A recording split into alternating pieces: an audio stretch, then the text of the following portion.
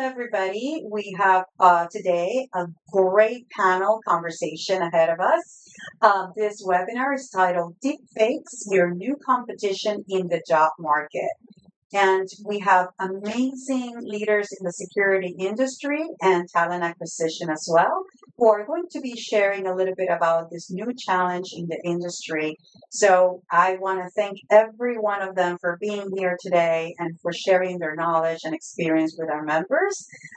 I would like to also thank Amy and introduce our great friend, Amy Knoll. Thank you, Amy, so much for everything that you do for us and for Raices. You are a star, and we appreciate all the help that you always give us. Amy has been somebody who's been in the field for 25 plus years in IT, cybersecurity staffing, and program development. Currently, she's a director of strategic accounts, IT, and cybersecurity at Prestige Staffing. She graduated from UDA, is based in Atlanta, Georgia, and in her spare time, she enjoys the sunshine, just like most of our Cyber members. We enjoy the sunshine, nature, hiking, and spending time with her family, specifically with her 11-year-old son, Denver. So thank you, Amy, so much for bringing us this panels of experts. And yeah, I appreciate you and everything you do for us. I'm always happy to contribute to Raíces Cyber. It's my favorite nonprofit in the world. I want to start with a scenario. So imagine you're a hiring manager and you've just wrapped up one of the best interviews that you've had. The candidate was articulate, he was well prepared and checked every single box. Sharp communication skills, looked fantastic, resume to back it up, but only to find out that this candidate is a deep fake. The face you saw, the voice you heard, even the resume backing it all up, artificially generated in real time by someone trying to fraudulently land a job. Welcome to the age of deep fake candidates. And this isn't a distant hypothetical. The numbers tell a frightening story. According to a new survey, 1,000 US hiring managers reported 17% of them have already encountered a deepfake candidate on a video interview. In 2024, it's alleged that 300 companies unknowingly hired imposters linked to North Korea for remote IT roles. And according to Gartner, by 2028, 1 in 4 profiles, candidate profiles worldwide, will be fake. That's almost 25%. The hiring process as we know it is under extreme pressure. That's exactly what we're here to talk about today. Never fear, help is here. We are welcoming 3 highly qualified experts on the subject that will provide information on how to circumvent this problem for hiring managers and also guide candidates on how to humanize themselves to stack up to the competition. I want to introduce our esteemed panelist. First up, I have Laura Durfee. She is a strategic talent acquisition leader and founder of Durfee Talent Solutions, a consultancy dedicated to helping high growth SaaS and cybersecurity firms to build resilient workforces. Most recently, she served as a vice president of talent at DNS Filter, where she led the company through a hypergrowth curve and spearheaded AI-driven workforce strategies. She holds an MBA from DePaul and is based in Nashville, Tennessee, great town. She remains committed to humanizing the recruitment process and maintaining talent density as a competitive advantage for the world's most innovative companies. Thanks, Amy. Happy to be here. Now I want to introduce Jaime Ace. Jaime is a senior director of GRC and application security at Enterprise DB with over 15 years of experience in cybersecurity and IT ops. Jaime has a proven track record of building scalable security programs at high growth companies like Datto, Enterprise DB, and even MIT Lincoln Laboratory. He specializes in transforming compliance heavy functions into risk informed business enablers. Jaime holds a degree in training from Harvard Business School, Liberty University, as well as West Virginia University. In his personal time, Jaime enjoys traveling. He's actually been to 56 different countries, and on his bucket list, he plans on visiting all 192 countries in the world. World traveler. I'd now like to introduce Joshua Miller. He is actually a U.S. Navy veteran. He's been at John Deere now for 21 years. He started as an SME of cybersecurity, then went to an architect level, then chief of staff to the CISO. And his current role is manager of IT audit, technology, and innovation. He has his master's degree in information systems and a BA in computer science. He's married with 3 children and lives in Iowa. And his hobbies include, and personal interests include, CrossFit, activities with family, motorcycles, and he actually builds and fixes guitars in his spare time. The first time I talked to him, he had 4 guitars in the background. So pretty cool, very interesting person. Pleasure to be here today. Joshua, let me ask you, what are deepfakes? Can you explain it to us in simpler and more technological terms?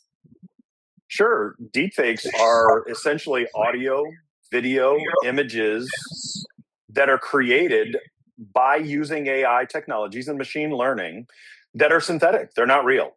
They are manipulated to depict things that never took place or never happened. The possible risks of that, of course, are identity fraud. We're seeing it today all the time with people's identities being taken, mortgage issues, credit card issues, and the like. Financial, we talked about it in the news that 25 million was given out from a company in Hong Kong from a CFO that apparently joined a meeting and requested that money be transferred. Reputational damage, not only to the person that was involved in the deep fake, but also corporations and their reputations and their long-standing trust of their customers. And I can tell you that today, with tools like Runway and 11 Labs, I can create very, very believable deepfakes. You can even do live deepfakes. Now, I'm obviously not doing one here this morning, but I could have joined the meeting as someone else. Now, to do live deepfakes, number one, it takes a lot of horsepower. When I say horsepower, you have to have GPUs or graphical processing units that are at the gaming level to be able to process in real time. And you have to think about this like the stream, right? The camera's capturing my image, it's bringing it through my laptop. If I were doing my deepfake this morning, it would be processing it through software, uploading it to the cloud, and of course, this is streamed to you through WebEx. So you can imagine the latency involved and the speed involved necessary to do a live deepfake. But unfortunately, they have out of the box software today that will do live deepfakes in an interview-like situation. And we're going to talk about that here this morning. But today, the horsepower necessary to do deepfakes is decreasing up to and including the laptop and cellular phone level, such that you can do live deepfakes pretty believably in today's market. And again, as Jaime and others are going to talk about, nation states have access to the horsepower necessary and the technology necessary to drive those live deepfakes. So that, in a technical sense, is how it's done today. There's kind of I have my own kind of secret sauce to how to make one of the things that we'll talk about this morning is matching the audio with the video. When it gets out of sync, it becomes very easy to spot that there's something going on. But there's a way to actually manipulate the audio timing and the video timing to make them mash up together. So with that, I'll turn it over to Laura or Jaime if any of you, anybody else has anything to add. Yeah, I'll jump on. I'll add a little to that, right? So it's really in what a world we live in, right? It's just crazy to think that in such short time, technology has been able to adapt and maneuver and grow to allow for these type of things. I grew up in the age of prank calling before caller ID was even a thing, right? And just kind of like mimic a voice or mirror something to think that was funny, and to see what technology has brought us to now, being able to do that. And it really helps to understand why, right? I think, Joshua explained a little bit on the technology and how this how this is coming to be. but understanding like what is driving this, right? Obviously, that there is some clearly determined and identified like financial fraud cases for it. There are definitely access and intelligence perspectives. Threat actors, well-funded threat organizations are starting to narrow and funnel resources into the space because this synthetic identity is more than just getting you through the door, right? It's more than just getting a job or pretending to be someone else. It's essentially a way to get access into environments, right? It's the next frontier. We all know how much investment has gone into perimeter defenses and perimeter technology. And so for a while now, right, whether it's through supply chain attacks or whatever, people have started to pursue what are ways to get inside in a different way. And when it comes to deep fakes, a lot of what I've heard, it's like instead of robbing a bank, it's like the robber just getting a job as a teller at the bank, right? Like think of the insights, think of the information, think of what you could get with that visibility. And so there's a great amount of resources and interest being funneled into this technology, into adopting this technology, and unfortunately, into adopting it for purposes that are illicit, right? And as long as there's money or gain to be there, you're going to see a spike in adoption. You're going to see a spike in innovation. And unfortunately, in this case, as we'll talk through and discuss a little bit, it's something it's the new reality of the hiring world. Like it's the new reality of the marketplace. And it's something we just have to adapt to spot and prevent and deter. And so we'll get into quite a little bit of that today. So yeah, I'll pass it on with that. Awesome. That's great. I'm going to pose the next question to Laura Durfee. She is so solid in terms of just being in the thick of it on recruitment, interviewing, onboarding pipeline, AI powered job interview fraud, synthetic identities for remote jobs. So I'm going to hand it over to her in this next question. And we're going to talk about what's the relevance to the job market, Laura, in regard to this piece of it. Yeah. And Amy, that's a great question. So recruiters and hiring teams used to talk about the war for talent. And now in 2026, we're actually facing what I call the war for authenticity. So in my time as a talent acquisition leader, I've seen a shift from theoretical AI risks to daily operational reality where candidate fraud is honestly like a high stakes business vulnerability. So we're not just fighting embellished resumes, people making up experiences that they may not have. Now we're defending against organized, sometimes state-sponsored groups trying to infiltrate our systems. So for tech leaders and recruiters, it's a hiring nightmare. But it's been really interesting to see this evolution. So for us at DNS Filter, the recruiting team was kind of like the canary in the coal mine. So when I was at DNS Filter, the talent team saw trends early. Early 2024, we saw a massive uptick in suspicious volume for remote technical positions. And the teams at the time didn't really know what to do with it. This was not a known threat to the company or to tech companies at that time. But the recruiter said something isn't right. And what we saw was AI optimized resumes and fraudulent candidate profiles clogging the recruitment pipeline. And so if you think about these recruiting teams, a lot of them are already short staffed because we went through massive reduction in force. Recruiters are spending at least 13 hours a week sourcing, and then they're spending a portion of their time reviewing resumes. They're going through resumes that are fraudulent or embellished. Then they're spending time to do manual audits, looking at LinkedIn to see if it's a new LinkedIn account, or they're looking for pictures of the candidate or verifying their social identity in other ways. You're looking at hours of extra work. And I found a study, Gartner estimated that every minute spent on a fake resume costs a company $7.50 in lost productivity. That's per minute. So what we're facing right now is a crisis for recruiting teams and hiring managers. and a ton of time spent trying to figure out who's real and who isn't. Yeah, it's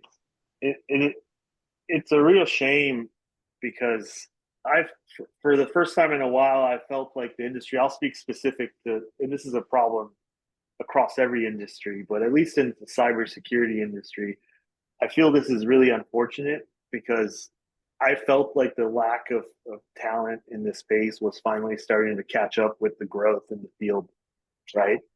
And so, for those of you that have had to hire people or have been in the process, you understand how incredibly difficult it is to hire cybersecurity roles sometimes, or to place the right person, or to find someone with the right level of depth or the right candidate for the job. And now this comes into the picture, right?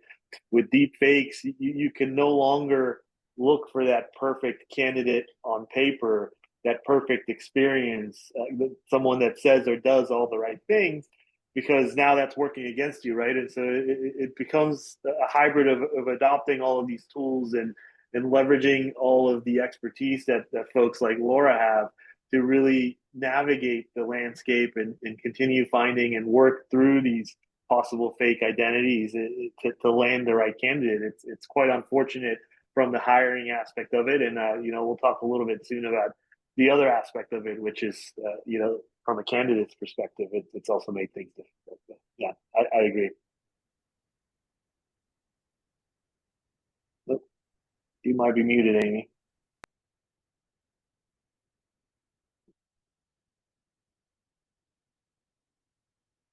Sorry.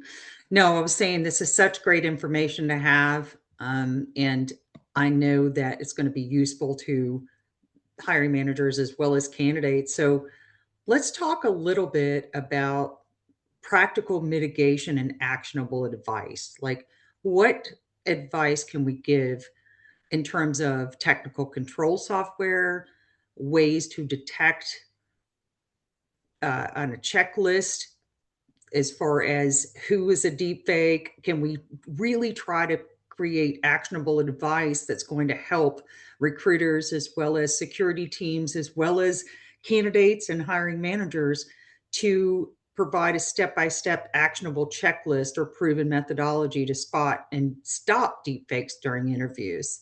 So let's talk a little bit about practice mitigation and actionable advice. And I'll turn this over to Joshua, but I want everybody to speak to this because I feel like it's important. I certainly, this is something that companies are having to invest in. I think Gartner said by 2028, at least 50% of companies out there are going to have some sort of control software or technology stack ready to detect, or at least attempt to detect, deepfakes. Now, I'll talk about it from more the enterprise level. Fortunately or unfortunately, these are paid solutions. So there are companies today, and I'll be just straight up and honest with you, it is like an arms race for software companies to come up with controls around deepfakes. I mean, this is, as we talked about, a growing problem. So there are companies that are investing a lot of venture capital into controls around deepfakes. Now, I want to leave the less technical discussion for others as well, but there are paid pieces of software that you can integrate into. We're all sitting here in Zoom today, so there are pieces of software that you can integrate into Zoom and Microsoft Teams that allow computation to happen in the background and look at the individual's face, their gestures, their backgrounds, the outline around the individual, and look for synthetic manipulation of that video. It is interesting, and it's a very tough field. I don't want to get too in depth, but Microsoft and Zoom both use what's called audio codecs and compression and things for high latency environments where they're compressing my voice and piping it through the cloud, to make it sound good on the other side. Well, it's already manipulated. So you can see how hard it is for some of these companies who are doing these detection controls to be able to analyze and give a good confidence score on how confident they think that that individual that you're looking at on the other side of the screen is actually manipulated. So these are the types of things that are happening in the background. There's great research being done in this field by Haney Farid and his staff out of Berkeley. Sarah is a wonderful analyst out there at Berkeley doing analysis, and there's a lot of open source software that's being developed as well to try and analyze real-time deepfakes as well. With that, I'll turn it over to my other esteemed panelist. Well, and I think it's fair to say, Joshua, even if you're not working for a larger company with the budget for some of those tools, you can make a case. So if it costs $7.50 per minute on lost productivity to identify deepfakes, you can put a dollar amount to lost productivity versus the cost of some of these tools to say, hey, it's worth the investment, and this is why. I'm with you, Laura. I think just sometimes you're going to have somebody has to write that check, right? So you have to convince the level at the organization that can write that check that you can't just I'm grabbing my cell phone here, but pretend this is my license. You have to convince them to say that this is actually the person on the other side with your license, or waving your hand in front of your face, or someone has to write that check. The cost benefit analysis is what you're talking about for sure. Yeah, absolutely. And if you think about the risk of hiring these fraudulent candidates, and I know we have case studies linked at the end of our deck, so presumably that'll be available for the audience, but you can see how much it could potentially cost the company if these deepfakes get hired. But let's say you don't have the budget for it, or the answer is no, we don't have time or resources to implement this tool. We've created a checklist on the recruiting side, just quick things that your talent team or hiring managers can do to say, hey, something feels off. Let me run through this checklist to see if this candidate matches all of these things we know about deepfakes. So for us, the first thing is always requiring camera on and high resolution for any video interview. And preferably no virtual backgrounds. And these are things you can tell the candidates ahead of time. You say, hey, these are our hiring policies at XYZ company. For all video interviews, here's our list of expectations. Please have your camera on, no virtual background, just because it's easier. All deepfakes will have some sort of virtual background. And so we want to see the candidate and we want to know what's behind them. The second thing is like a liveness test. As the panelists have mentioned, this is not a fail-safe. In the past, when we just learned about deepfakes, we would often tell candidates to turn their head and then wave their hand in front of their face because the camera would glitch. You would see a lag between the movement of the deepfake and what you were asking them to do. You can ask them to do this now, but the more sophisticated nation state run programs will pass this test. But it's relevant to be on the checklist. It's just quick liveness checks. A third thing is an audio visual sync. So just paying attention to any delays between lip movements and sound, or any sort of mechanical intonations that suggest that maybe there's a translation machine that's being used or some sort of voice cloning. We've seen this in recruiting quite a bit, where it's just not matching up. The person's mouth and what they're saying is not matching. And sometimes you can even hear voices in the background or some sort of translation device. Another thing on the checklist is checking location. So you can pull the metadata from a video interview after it occurs. You can work with your IT team or your information security team to pull the metadata from like a Google Meet and look at the latency. So if they say they live in Texas, but the latency is showing much farther away than Texas, that's a telltale sign. So look at, are they using a VPN? Are they using a voice over IP? Is there a suspicious IP address that doesn't match where they say they live? That's something that we've done at DNS Filter and other companies that has been actually pretty effective. And then another piece of advice is when you're doing reference checks, use verified corporate numbers. So don't accept someone's cell phone number. Just ask them to call through their company, because we are seeing these reference houses pop up, and we want to make sure we are calling true people who work at a real company, verifying the identity of the candidate that we want to hire. Those are just a few quick tips, but I'm sure there's more. Yeah.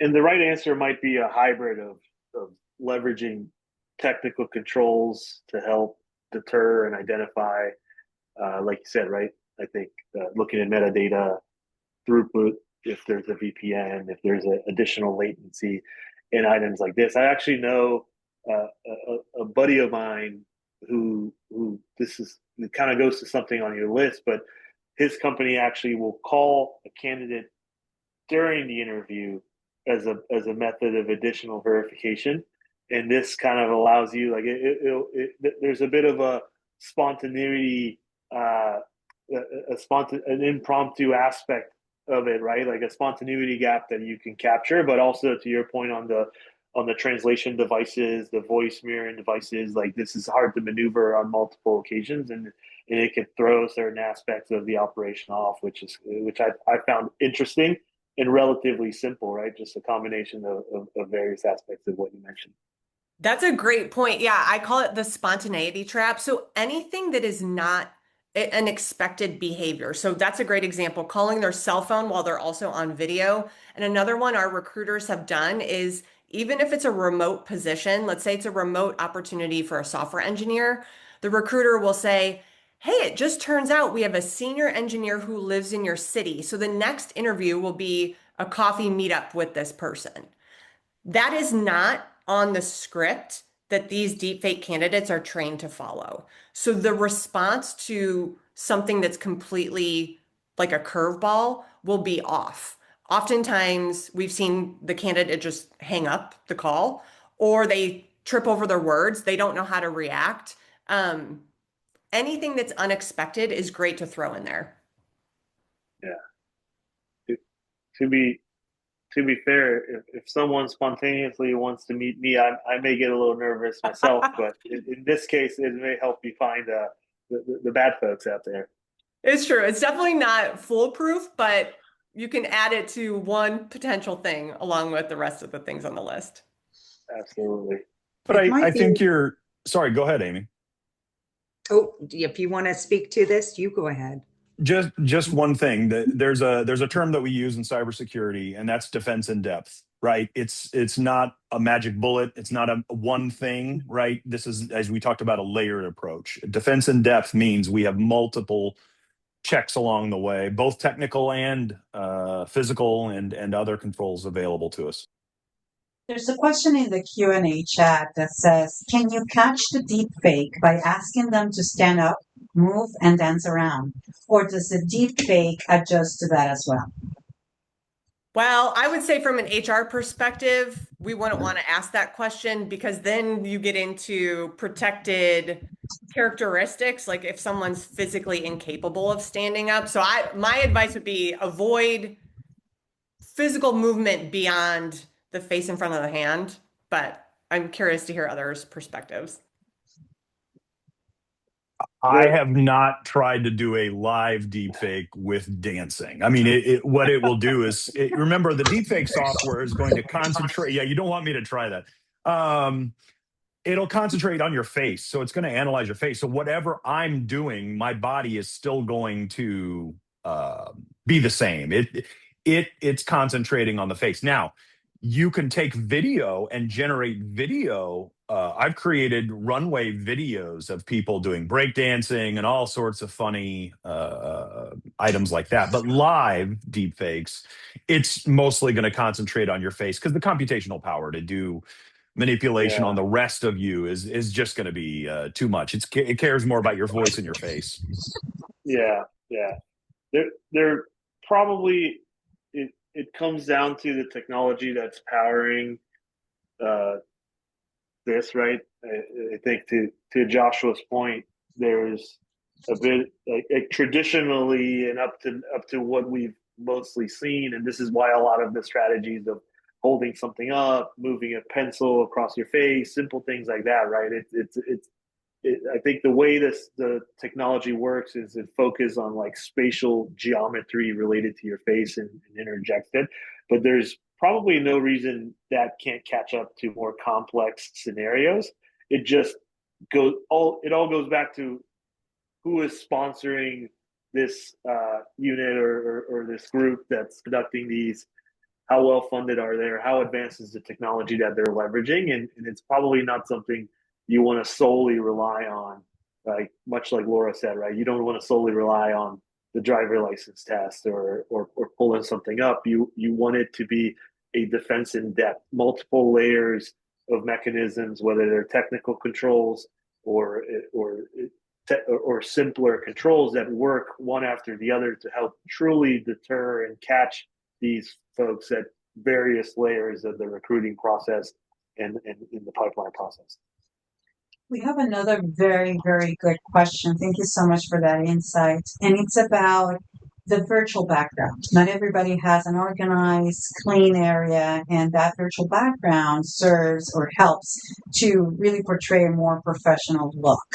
So the question is, how would one of these users navigating that role, how would they be able to use a background to look more professional, but also ensure that they're not deep fakes? And the second part to that question is, how would users with older devices or lesser means navigate the resolution rules?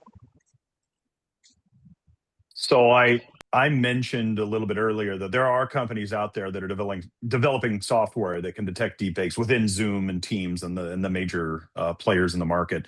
The good news is that as new ways of manipulating come along, you always have to play catch up and produce software that can catch that. So the good news is they can also account for. Even I'm blurring my basement background here, but the line that goes around me, they are able to essentially rule that out and concentrate on the live image in front of you and not care so much about the background. So it's an ever evolving and ever changing space to try and capture the deep fake, even with synthetic backgrounds and better backgrounds and lighting and all the skin tones and all of that. Thank you so much. Hey, any other questions right now that we have in the chat? I don't think so. Not for now. I will definitely jump in. So the next thing I wanted to cover, and I know some people can cover these in detail, some folks can't, but can you talk to us about real case studies or examples of things that you've personally gone through that you've seen deepfakes in coming through for applications for positions in the past? And I'll hand this over to Laura. I know she has a really good example. Yeah, I think a quick good example is recently a cybersecurity firm called KnowBe4 hired a threat actor who used a stolen identity in an AI enhanced photo. This candidate passed all video interviews, background checks, and I-9 verifications. And the company only caught the deception after the new hire started loading malware onto the company devices immediately upon receiving their laptop. So this is a cybersecurity company, not huge, based out of Tampa, Florida, who had things in place to try to identify deepfake candidates, and they still ended up hiring one. It's particularly interesting because the candidate was granted access to all systems immediately as soon as they had their laptop, which this goes into how you onboard new hires, and maybe let's adopt a zero trust policy where we don't give them access to everything right away. But it happened in KnowBe4, and it's happened to hundreds of companies across the US. And I do want to point out the targets are not always huge enterprise organizations. You could be a small 200 employee company here in the US. If you are hiring fully remote technical positions, you are a potential target for these schemes. And what we've noticed on the talent side was they started out targeting technical roles to begin with, fully remote technical roles. And now we've seen deep fakes in sales roles, marketing positions. This is going beyond just what we thought we knew a couple of years ago into other domains, other subject matters. I guess the point is any company is a potential target who's hiring fully remotely, and it's not necessarily restricted to technical positions. But KnowBe4 is a great example. And then there's a lot of cases of programs run by North Korea who set up laptop farms. There was one in Arizona where one US citizen was running this laptop farm in Arizona, and I'm pretty sure she's in jail now because they caught her. But, and the other thing to note is you can impersonate a US citizen, a real US person who has a real address here, or you can create a new identity. It works both ways. Yeah. No, I think to echo and add a little bit to that, particularly you mentioned that laptop farm, right? And it was a pretty unique and interesting scenario. You could probably find some more details. We won't get super deep into it, but it was actually like a Department of Justice and FBI like operation, right? They like dismantled this massive operation where this American, other Americans were being actually paid to host these laptop farms there, right? Like when you think of like what are the tactics, the techniques that are being used, these pretty large state-sponsored like industrial espionage, right? Like think like you could probably make a movie about some of this stuff, and like I believe these ones particularly were attributed to North Korea, which has a pretty strong and healthy like cyber command and operations, right? So like tons of state-sponsored actors, and so they were actually going through all these deepfakes, getting all these jobs. I believe over 300 companies, right? There's some cases you could find, others are protected, but like over 300 companies ended up hiring folks from these organizations. And so behind each one of these folks was a specific access. Like think of all the technical hard work that goes into developing some type of backdoor into an organization. And we talked about that perimeter defense and breaking through that. And with just one fake candidate that's hired, you're basically in, right? You're provided a laptop. Most oftentimes, you're provided access to systems. The laptop is fully configured to access those systems. And the primary line of defense would be like, okay, you can't ship these overseas. You clearly will not ship a laptop to North Korea, but these were being shipped to U.S. addresses, right? Ohio, Utah, wherever the place might be. Folks said they just think they're getting paid to house these operations, but they're actually installing like remote management tools, AnyDesk, RustDesk, whatever. And so immediately, as soon as that laptop is shipped and stood up, you now have a state-sponsored actor that has access inside the network, right? To quote that funny movie, like the insider is inside the house. And so like suddenly they have access to all this information, and you could imagine how profitable this is from an intelligence perspective. And these are things that are happening today. Like this is an operation that was already dismantled, and this is just the one we've heard about, right? How many more are out there? Like how much more of this is happening? This is quite a serious thing, and folks have already fallen for it. Large companies, small companies, security companies, to the one that Laura just mentioned. So the threat is pretty prevalent, and I think it's worth noting and staying on top of it.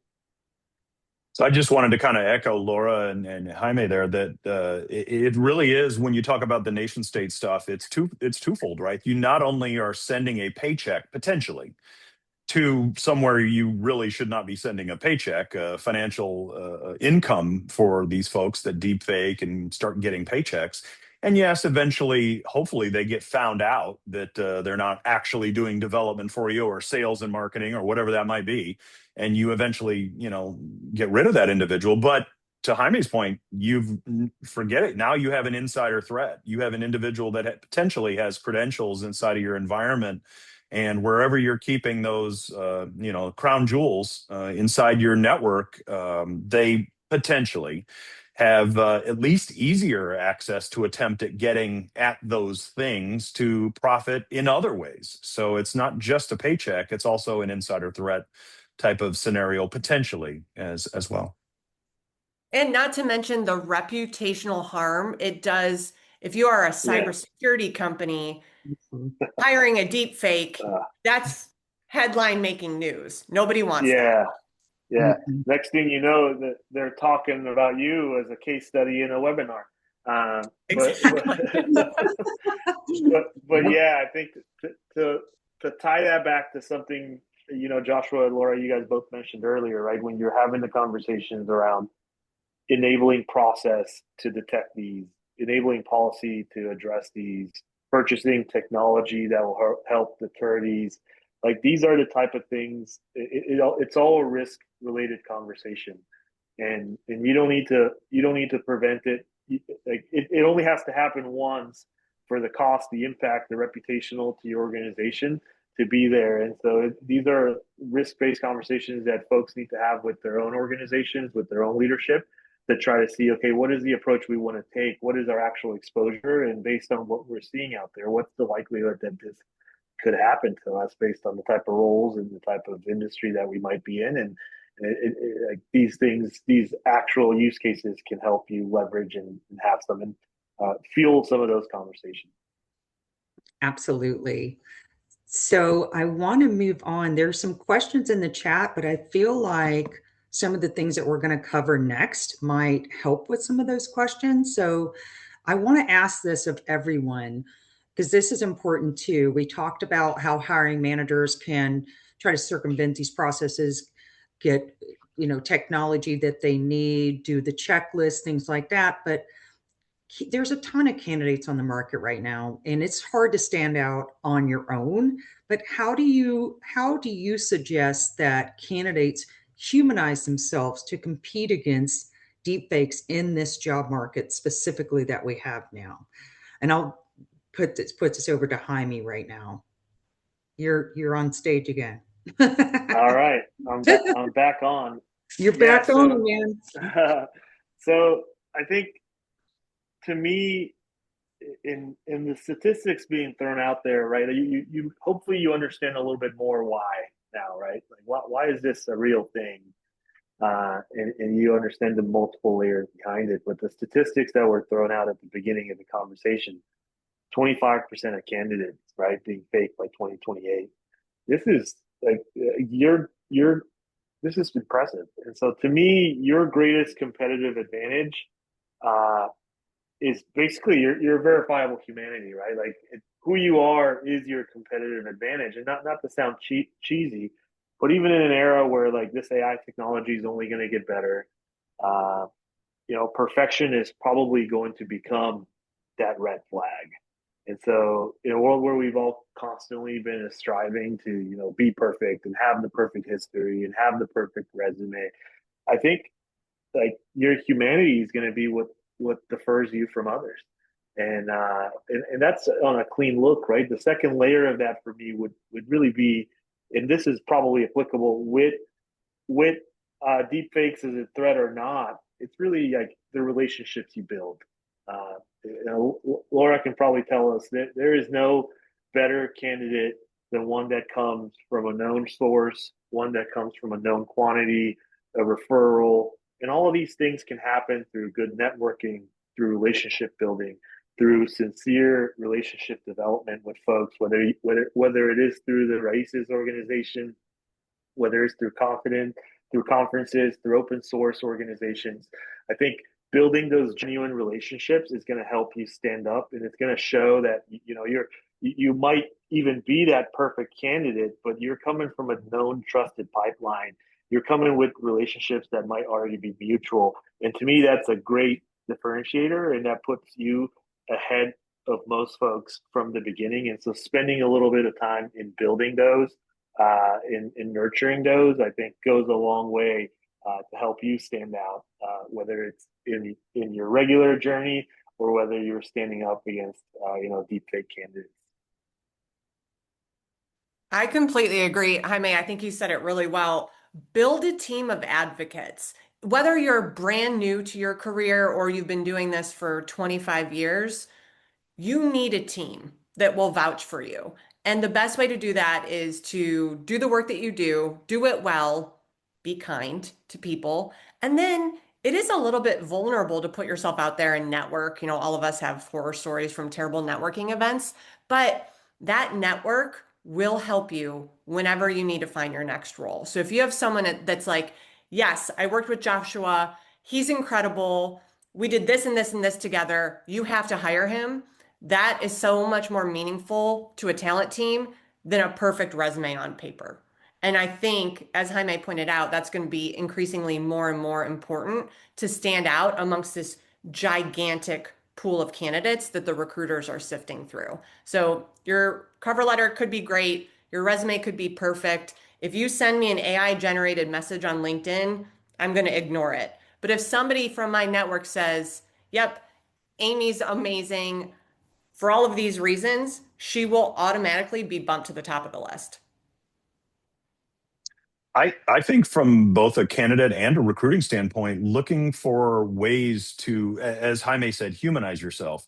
Those local organizations, wherever you're located, get in contact with other people in person, if possible, um, to humanize yourself and join professional organizations, even if they are remote. You attend enough meetings, people are going to know whether you really are who's attending those meetings at some point in time. So it's finding ways to humanize yourself in organizations, networking. To Laura's point, absolutely building that advocate team of people that already know you, that would vouch for you if need be, for sure. That's awesome. And the best candidates that I have come through with referrals. That's they rise to the top, as Laura said. So I wanted to talk about one more thing. I know we're almost out of time. So I wanted to invite some final thoughts from the panelists about this webinar. I think it's been, and this panel, I feel like it's been incredibly helpful on all levels for candidates, hiring managers, as well as just practitioners, just to know what's going on out there. So any final thoughts? And then we can go to Q&A if there's any other questions in the chat as well. I'll defer to Jaime first. All right. I'm the lucky one today. Final thoughts. So I think final thoughts for me would be there's two aspects to this, right? I think the technology behind this, the threat behind these deepfakes, it's real, and it's probably here to stay. It's going to be prevalent, whether you're looking for a job, whether you're hiring for a candidate. It's going to probably affect us all in different places in the workplace. And so understanding it, understanding that it's real, understanding the threat, and understanding how to deter it or stay ahead of it is probably a really important step in order to try to live out your career unaffected by this. The other aspect is as a candidate, right? It's a scary time. It's already very difficult to get roles out there, particularly the entry level ones, but really at every level of the organization. It's really hard to get remote roles, right? This adds a layer of complexity to those that have been in the space. But I think just building relationships, staying close to this, understanding yourself, how to build up your portfolio, how to improve your own persona, and building those advocates through those relationships, through events like these, through local events. I think that will help you stay away of this so that you are not impacted on your own development, on your own growth, on your own ambition, because you are competing with this new sector of technology that's going to be present now. But it doesn't mean it has to hold you back. You can leverage the way folks are defending against it to propel you forward and to stand out and to be a great candidate and a better candidate. And so I would encourage you, depending on which side of that spectrum you fall in, to consider those things, consider everything we've said, and best of luck on that journey. Awesome. Laura? Yeah, I was actually thinking about this panel that is here today, and I think this is a really good example of the advice I would give businesses. Make sure your talent team, your IT team, your information security leaders are lock in step on this topic. I think it's really important to start educating hiring managers and executives on deep fakes and the risk that it poses to a lot of companies. And the best way to do that is to get these teams together, speaking the same language, talking about that checklist, talking about ways to mitigate the risk together. And so I think, groups like this together, having open conversations is the best way to learn. And another thing, as a candidate, like we said, authenticity will be more important than perfection. So the way we'll prove we're human is by adding those unscripted things into your interview, into your messages, into your resume. It's not only okay to have those in there, it's probably preferred in this day and age. Absolutely. Joshua? AI in general is going so fast, right? And this field, subfield, if you will, or deepfake creation is no different. And we're all trying to play catch up and learn and grow. And I guess I would just never stop that learning mentality. The more you know about a technology, the better you can defend against it. So these types of sessions and others that are out there, and building your knowledge base around AI in general, and of course, this field of deepfakes is just one way of trying to. Boy, it's almost impossible to stem the tide, right? But knowledge is power in this case, for sure. Absolutely. Awareness, just building that awareness. A lot of folks don't have any concept of this piece of it, and it's incredibly important, especially right now. Yeah. So I'll turn it over to you, Yaris. Thank you so, so much for this very interesting conversation. I want to make sure that everybody has the QR codes to either connect with Amy or to become a Raíces Cyber member. These are topics that are really important for us to know. I know there's a lot of great candidates out there that are looking to really find a good job and that now need to start navigating these new challenges, right, as well. So your advice from the recruiter's perspective has been so valuable. And I think that would definitely piggyback on something that was said. In Raíces Cyber, in our communities, is all about relationships, right? And it doesn't matter how technology advances, keep those relationships, keep nurturing those relationships, right? Because that's a way for us to connect with real opportunities and to overcome challenges like the deepfakes. So thank you to everybody who has joined. Thank you so much to our panelists. Jaime, you called from Argentina. Thank you to you and your family. Joshua, Laura, thank you, Jaime. Joshua, Laura, you took 1 hour of your time. Amy, you have been fantastic as always, a great friend of Raíces Cyber. And everybody who joined, thank you for being here today. Please let us know if there's a specific topic you want to hear about. We are here to support your journey. So thank you so much. Have a great rest of your Friday and an awesome weekend. Take care, guys. Thank you We all. will also have this recording up on Raíces Cyber page as well as my page and on YouTube as well. That's right. Oh, I love that talk. Thank you, Amy. Have a good one. Bye-bye. Thanks, everybody. Thank you so much. Take care.